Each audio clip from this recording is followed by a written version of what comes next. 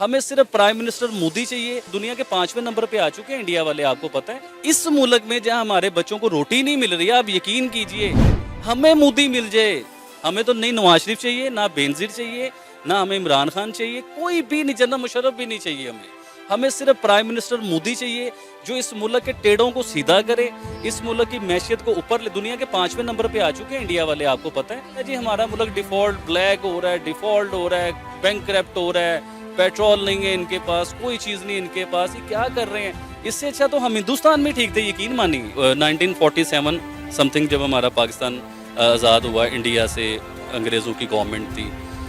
मैं कह रहा हूँ अल्लाह ना करता ऐसा होता ही ना, सारा पाक हिंद एक होता। इंडिया के जो मुसलमान हैं वो 150 रुपये लीटर पेट्रोल ले रहे हैं ना, 150 रुपये का चिकन इंडिया वाले ले रहे हैं ना, इंडिया के मुसलमान, तो हम भी इंडियन मुसलमान होते, हमें क्या फ़र्क पड़ता है।